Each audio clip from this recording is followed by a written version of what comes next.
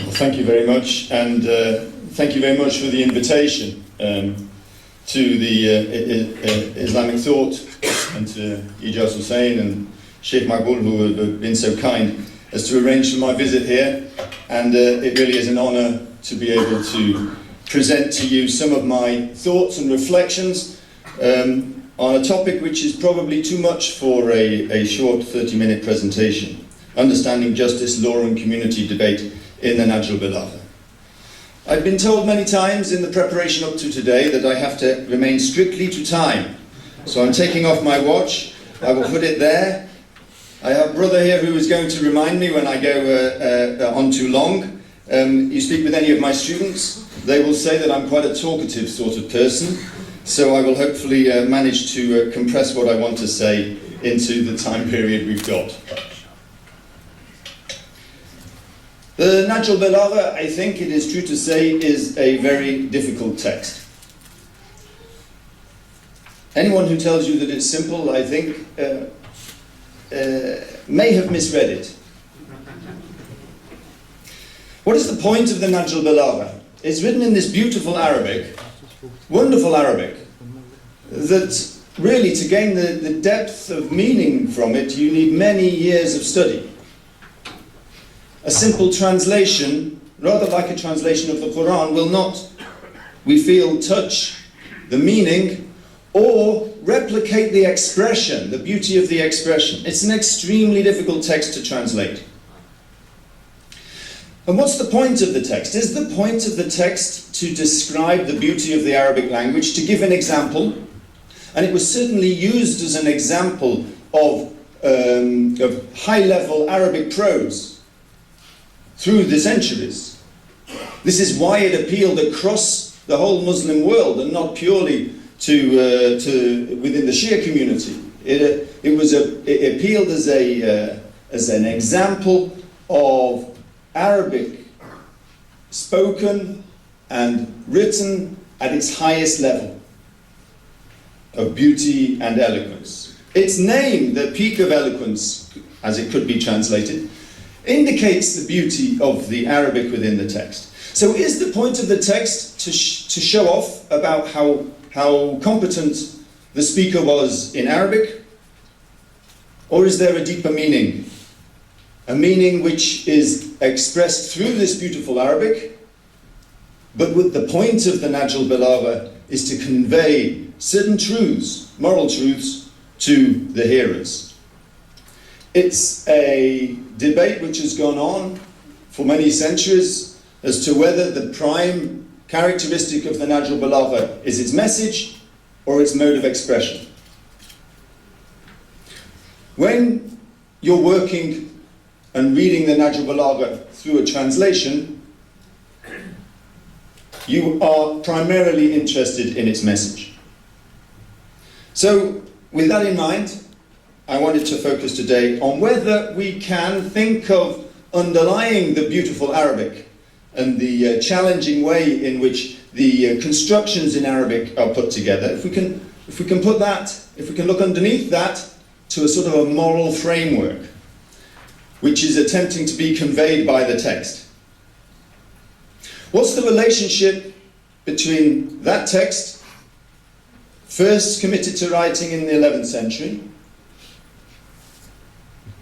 and the lifetime and the sayings of Imam Ali himself many centuries previous? And then what's the relationship between that text and what we might want to think about the moral messages of it today? These are challenging questions, some of which cannot be answered simply. So it's a difficult text. It's difficult because the Arabic is difficult. But it's also difficult because some of the messages which it conveys are challenging. I would go so far as to say that it's a revolutionary text. It's revolutionary because some of the messages and some of the character traits it reveals of the speaker are of a deeply human person who struggles with decisions. Perhaps more than many elements of the Nahjul Balagha, there are controversies in the sermon known as the Shaqshaqiyya. In that sermon, you have the speech of a person who describes the decisions he's made at different points in the past. Whether to challenge what he saw as injustice, or whether to instead keep silent and allow community unity to be preserved. When is it the time to challenge, and when is the time to allow the community's unity to be preserved for the sake of the greater good? You see within that text Imam Ali trying to decide what it is best to do. That is, and this is interesting from a historian of Islamic theological development. Imam Ali portrays himself in that speech as someone who struggled with the decision, that thought about which way to go. He is a human being who faces the same sorts of difficulties in making decisions as all human beings do, crucial points in their lives. So when he says in that sermon that he wondered about whether he should challenge or whether he should endure calmly, exhibit sabr, in order to wait, he's expressing a dilemma, a moral dilemma, and a struggle which he had in order to try and come to a conclusion. He's conveying the idea that you shouldn't think of this person as purely a distant figure who's so different from the rest of us that we're unable to make a connection with him. He's saying, like you, I struggle with decisions. I face dilemmas. This isn't always the picture of the Imam that you get from later Islamic theology. You might have the theoretical and theological debates about what is the state of knowledge of the Imams of the future. What is the relationship between the Imams and God himself? And sometimes the portrayal is that the Imams are so different from us that we couldn't even hope to be able to understand what goes on in the mind of the Imam. But I would say that in some of the statements within the Nahjul Balagha, Imam Ali gives you an insight into his decision-making process, making him more comprehensible to you. That's why it's a challenging text. That's why it's a text which, from the point of view of later Islamic theology, sometimes is quite uncomfortable. And, ironically, that's why I think much of it is quite likely to be very early from a historical point of view. That is, if it was a forgery, as some have said, and it didn't go back before the 11th century, if it really was that, it would be a lot more comfortable for us to read it. It would be a lot easier to read. Actually, it challenges many of the central notions of Islamic legal thought and philosophy that were developed by different thinkers subsequently. It offers an alternative viewpoint. If it had been written in the 11th century, it would be a lot neater and fit into the general intellectual development. So that's the first thing which I'd like to try and convey to you, is the difficulty of the text. Not just that the Arabic's difficult, and it is, but also that it challenges some of the things that we might think of to be givens, theological givens. So, moving on to the first area of what I wanted to talk about, which was justice. Now, justice is talked extensively, mentioned many times within the Nahjul Balagha. And within the translations, you'll find justice used as the translation for a number of terms. Hukm, qada, adl every now and again, but mainly hukm and qada. When you look through the translations, how the translators have decided to transfer the Arabic into English, when you see the word justice, quite often it's to do with judging. And it's to do with judging in a way which is fit for purpose. In Sermon 87, Imam Ali speaks of Allah as saying, قَدْ عَلِمَ السَّرَائِرَ وَخَبَرَ الدَّمَائِرِ. That is, God knows the secret things and He's aware of your inner feelings. That is, that what is valued within this system is your internal moral compass. This is what I read it as trying to convey.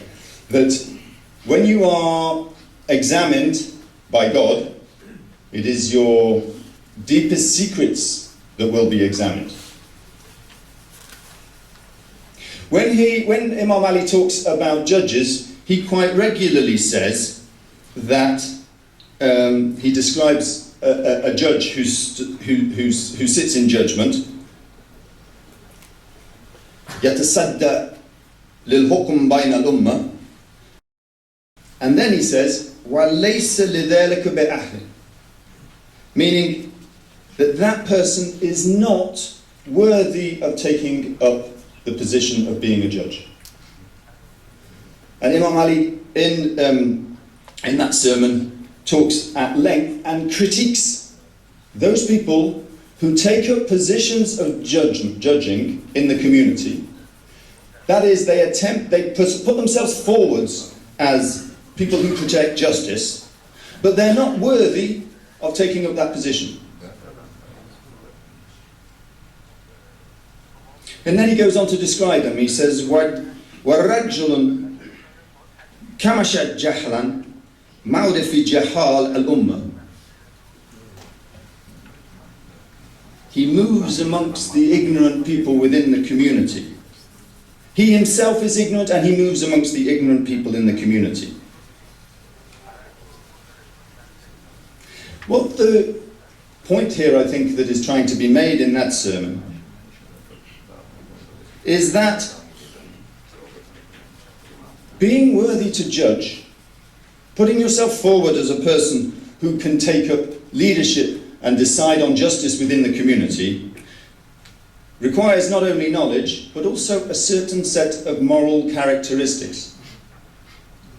That is, that you have to look internally. And the person who's unworthy, many of the people in his time who put themselves forward as judges were unworthy. They, in the opinion of Imam Ali, don't have the right characteristics to lead, and should never have been let anywhere near the position of being a judge. His point here, I think, is that if you want justice to be implemented in the correct manner, you have to get the right person for the job. And that person has to be someone whose natural dispositions are are properly constituted to be able to judge wisely. This person must be someone who is not taken in by the ignorant presuppositions of the age, the ignorant assumptions that we have about other people. In Sermon 232, which is a wonderful statement about, I think, racial justice, when Imam Ali says that a person can be handsome, but can be very weak in intelligence. A person can be tall, but it doesn't mean they're very brave.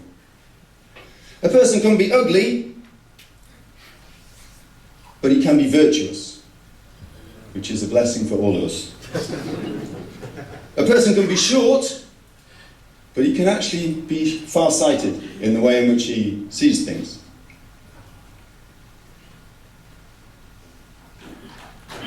These little couplets which Imam Ali puts together, the message of them, I see it is, you go around the world and you see people and you think that they're going to be one thing.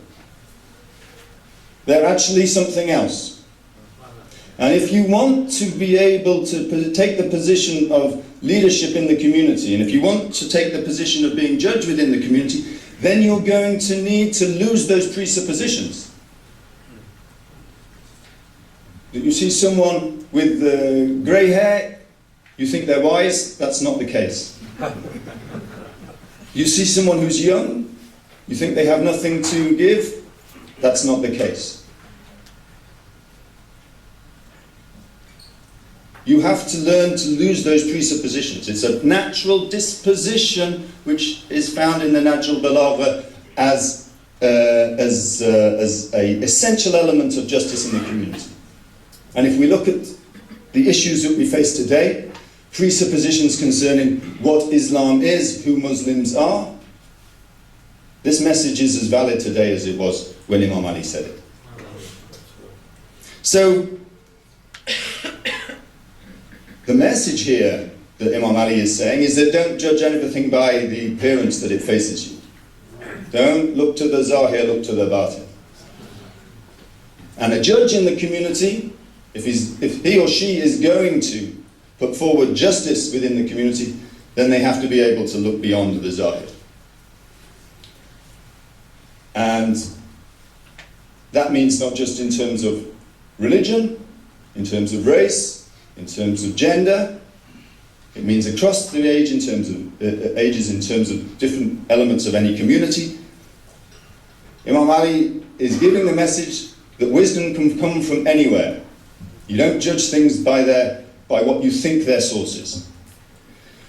What does all that mean in terms of the intellectual history of Islam? I think what it reveals for me is what moral philosophers call a virtue ethics. Moral philosophers, I'm not expecting everyone in the room to be interested in this bit of my talk, okay? But I want to try and put this message that you find in the Nahjul Balagha into the context of the moral thinking that we have in the current day.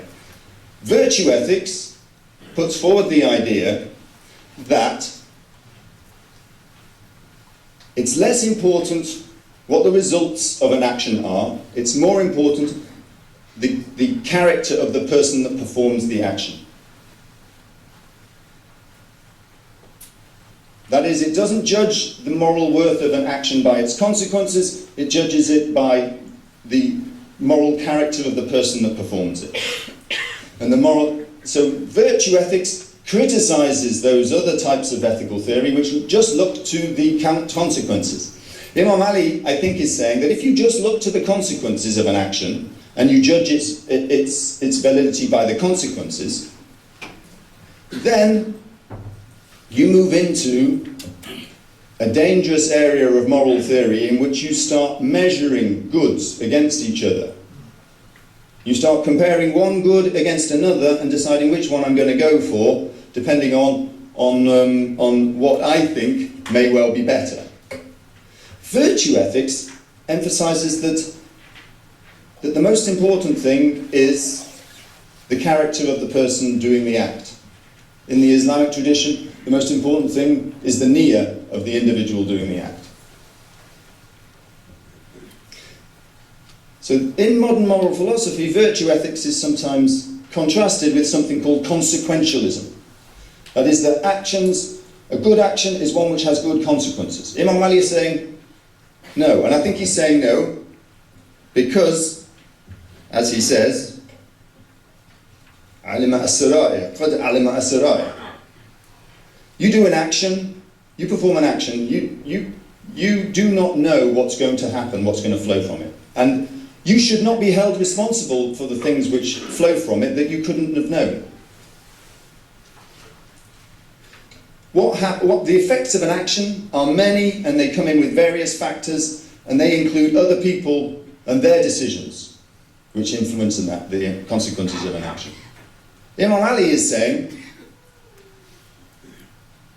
and in this he's in line with Shi'i theology through the ages, you can't be held responsible for someone else's actions which affect the consequences of your actions. What's the most important thing is for you to develop within yourself a moral character, which means that you are always aiming to do the correct thing. So, leave the results of your actions to God. Make sure that your intentions when you do them reflect your moral character. And that is a difficult thing to say in the modern period, to an extent, because politicians and many people who might put themselves forward as leaders quite often are only interested in the consequences of their actions. Something is justified because it brings about this effect or that effect. We have to think, if we're going to take the message of the Nahjul Balagha seriously, slightly differently. That what matters is developing within yourself the moral characteristics such that you perform good actions. So justice is tied up, not necessarily with unknown and unpredictable consequences in the future, but in yourself, in the cultivation of yourself as a moral individual. The second thing which I wanted to mention was the notion of law. Now, Imam Ali in the Nahjul Balagha talks quite regularly about the different opinions of the ulama and critiques the different opinions of the ulama. And he says at various points that people, the people who put themselves forward as ulama, quite often in his day gave opinions on baseless foundations. In Sermon 18 he says, when a problem is put before any one of the ulama, he passes judgment on it from his imagination. When exactly the same problem is placed before another of them, he passes an opposite verdict. Then these judges go to the chief who appointed them, and he confirms all the verdicts. But you must remember that God is one, their prophet is one, and their book, the Quran, is one and the same. The tendency to express your own opinion rather than base it within the moral message that Imam Ali is trying to convey, I think is what he is critiquing here. He's worried that in terms of law, and I speak broadly in terms of Sharia, in terms of law, there is a failure on the part of the interpreters of his day to really penetrate the true nature of what law aims to do within a community. It aims to establish a moral framework in which people can act, rather than as a mechanism for promoting one opinion over another. And if we try and transfer those messages into community debate,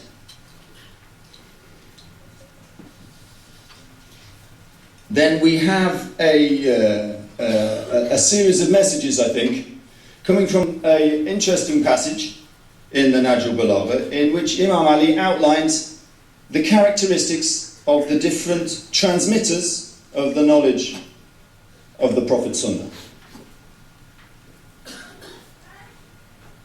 One person asks him about why the people within the community have different transmissions of the Prophet's Sunnah and they have different opinions about it. And Imam Ali says that within the community there is truth and falsehood, haqq wa batil, وَصِدْقًا وَكَذْبًا, truthful people and lies, نَاسِخ وَمَنْسُوخ, things which are not abrogated and things which are abrogated, عَامًا وَخَاسًا, general things and specific things. And he lists these different categories. And the problem, he goes on to say, is that there are 4 types of people who transmit knowledge of the truth. There is, first of all, the hypocrite.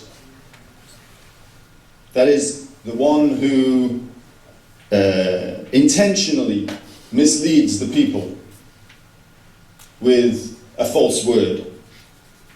Of course, the munafiq is a theme that you find both in the Quran and in the early Islamic history. So, the first category is the munafiq. The second is a transmitter who forgets. It says in the Nahjul Balagha, سَمِعَ مِنْ رَسُولِ اللَّهِ صَلَّى اللَّهُ عَلَيْهِ وَآلِهِ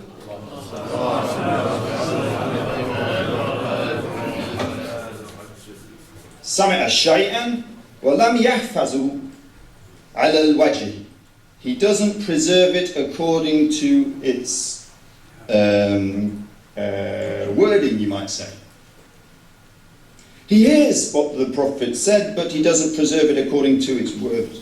وَلَمْ يَتَعَمَّدْ كَذِبًا. He doesn't intend to lie. But unfortunately, he transmits something which is untrue. He doesn't intend to lie. That's important. That's the second characteristic. That's the second transmitter. The third transmitter is one who hears the Prophet's word, the Prophet ordering a thing, and then forbidding it, and doesn't know what to do about it.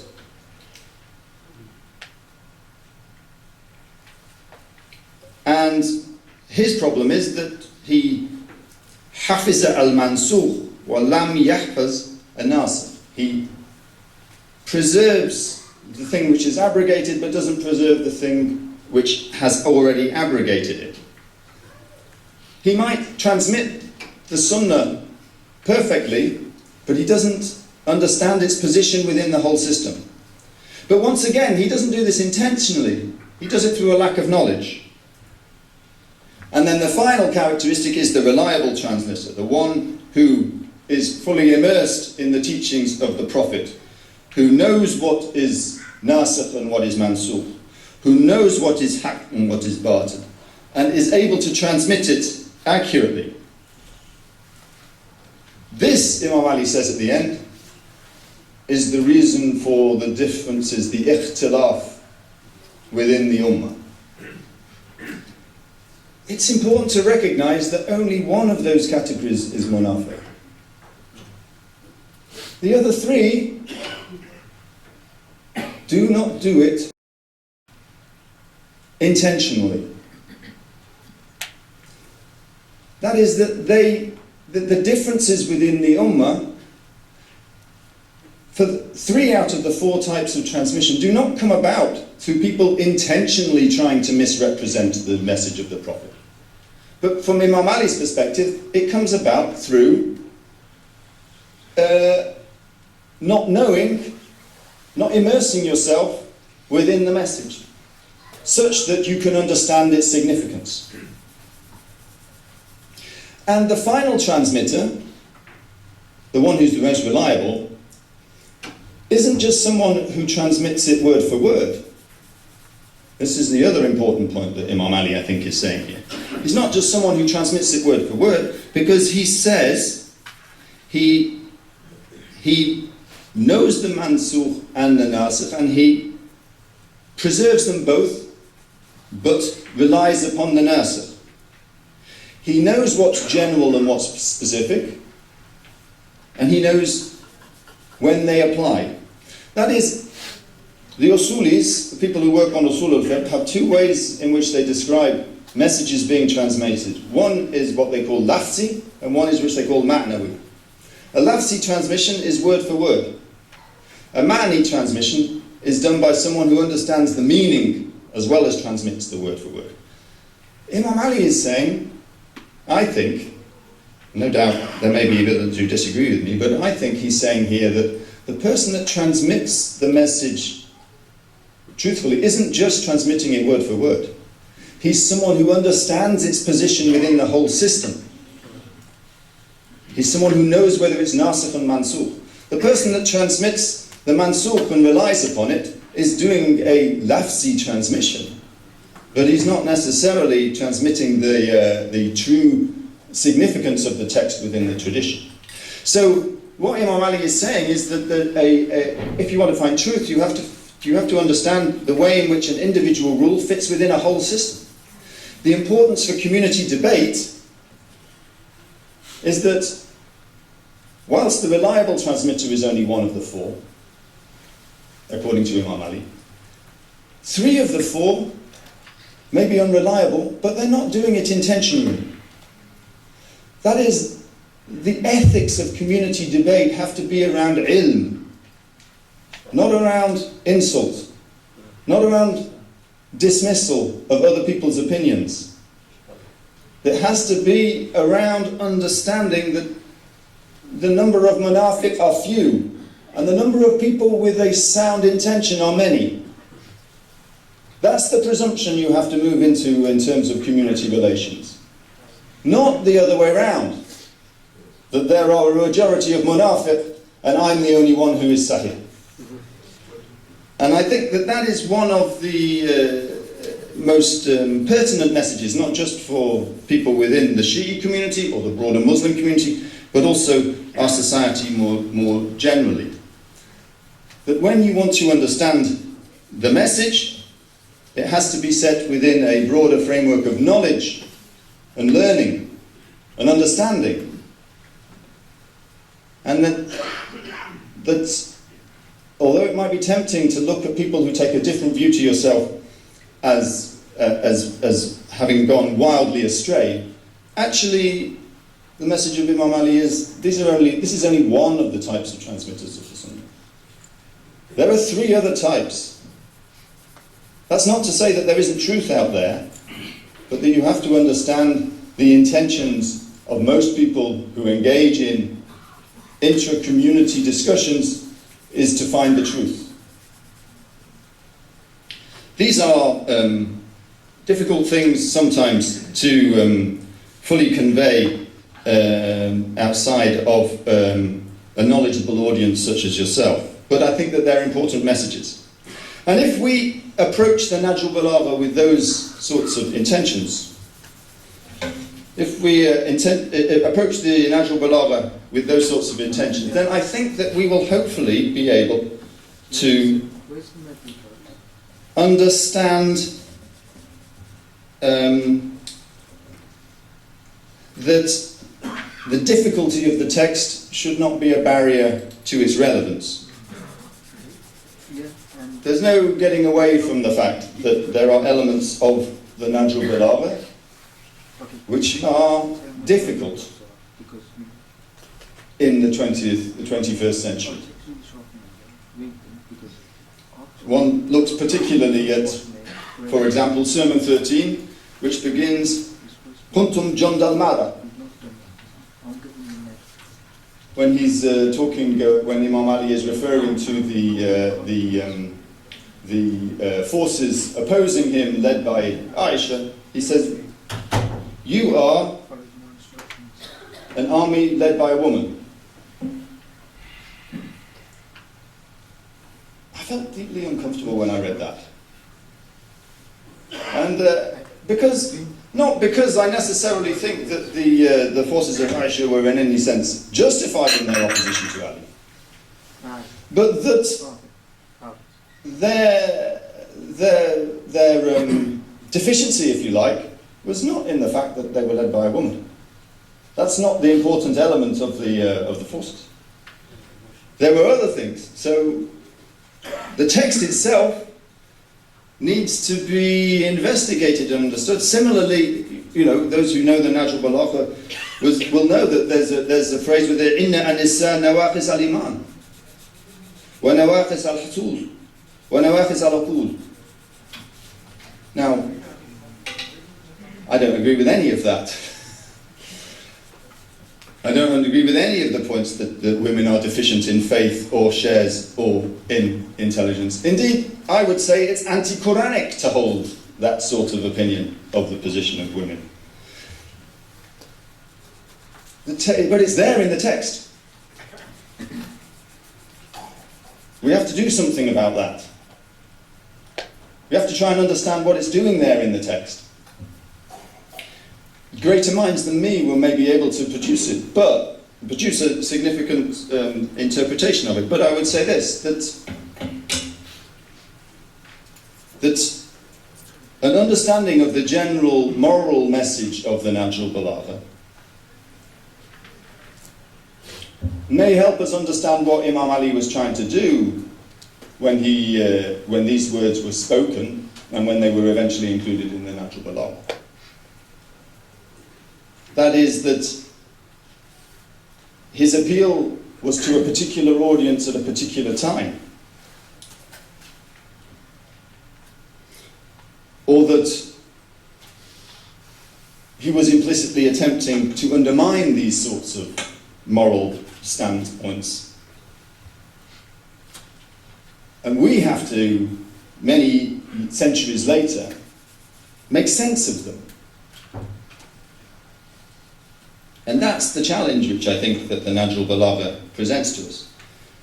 It is a difficult text, not only because the Arabic is difficult, not only because there's some elements of it that we might not feel particularly comfortable with in the modern day, but it's also an uncomfortable text, I think, because it challenges the whole moral nature of the way in which politics and political decisions are made, and the way in which we conduct ourselves in our relations with the rest of the community.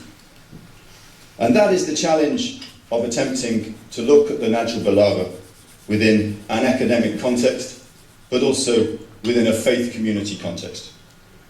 Thank you very much for your attention.